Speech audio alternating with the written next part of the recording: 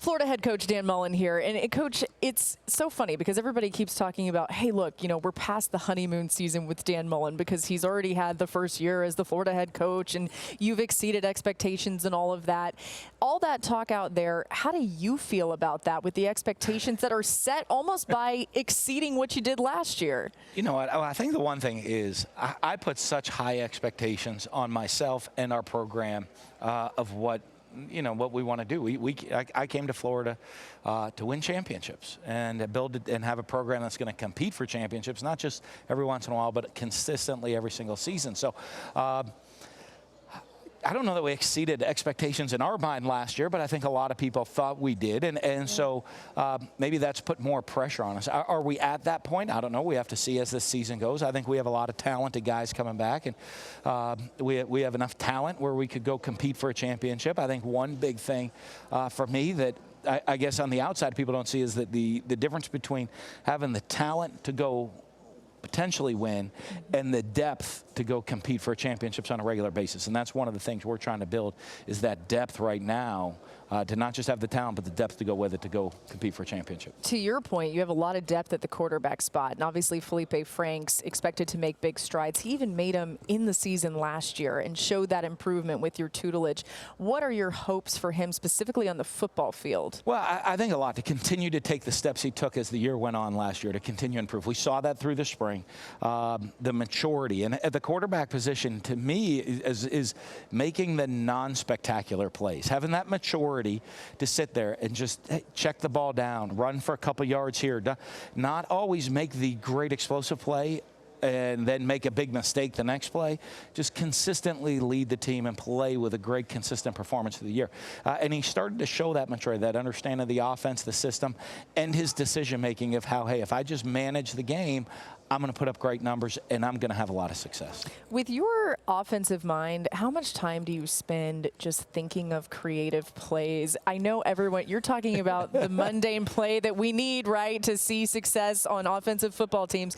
But when you talk about just some of that creativity, some of those things to get those guys excited about the playbook? Well, we do. Part of it is there's so many plays and so little time to run them all. But one of the things, you're always thinking about things of what we want to do. And you spend, it's a lot of time you're spending there of saying, okay, we probably have enough 4 to 5 yard plays. Right. Okay, we need some 40 to 50 yard plays and making sure you have the balance of, are we complementing everything we do? And our playbook is probably 3 times the size of what we're actually going to use this season, that we can go back and call on depending on what personnel we have.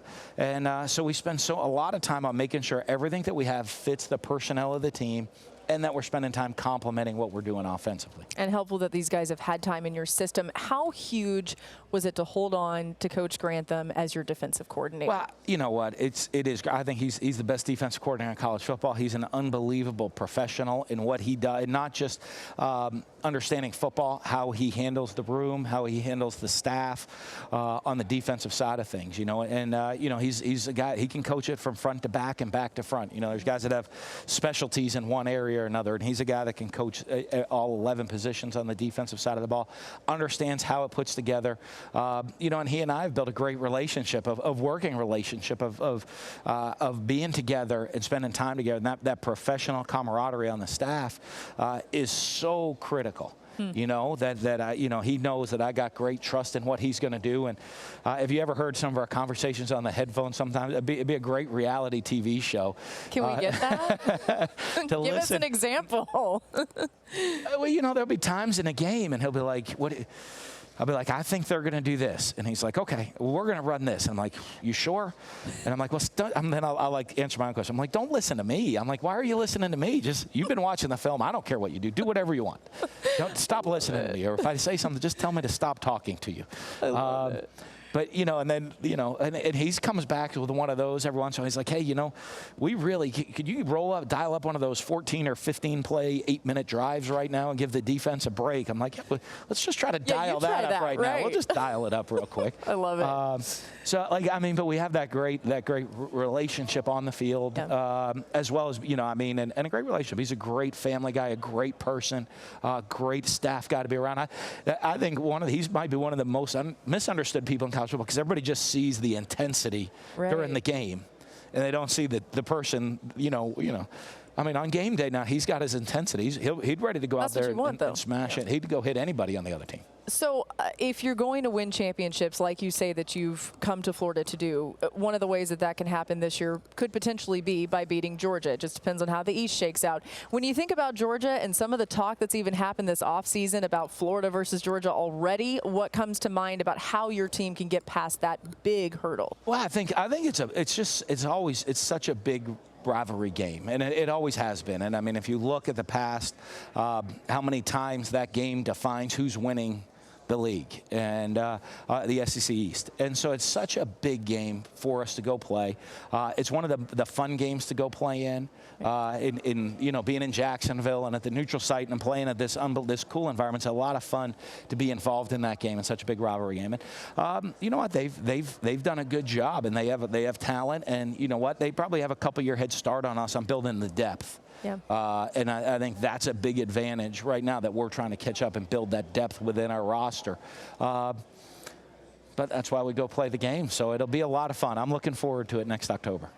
Tell me about the shoes, because we can't get you out of here without showing these shoes off. They're pretty snazzy. Well, you know what? I mean, the custom-made Jordan 11s, the retros here, it was something I started, I guess, at SEC Media Days a long time ago. This is your thing, Coach. And you know what? I mean, you're here and you're walking around and you have all these different events. And I see your shoe game. Yeah, my shoe game is not nearly which is fantastic. No, that's not cool. I need size. I'll take a size 7.5. You get to sit here and relax. That's true. Mine, you gotta be comfy. I'm walking and moving. So I've tried to make it a real fashionable thing, right? Those look good. To good. make comfortable shoes fun to wear with a suit. And so now I can always go into comfortable shoes. I got my surfer socks on too. Yeah, those are cool. We got to get another shot of the shoes to see the surfer socks. The surfer I got socks the surfer are awesome. socks with them. Yep. Right there. This is big time. I love it. Okay, so now we can confirm officially that Coach Dan Mullen started the sneakers with suits trends. Great stuff, Coach. Thank you. We're so glad you're watching ESPN on YouTube. For more sports and analysis, download the ESPN app. And for live streaming sports and premium content, make sure you subscribe to ESPN Plus. We'll see you there.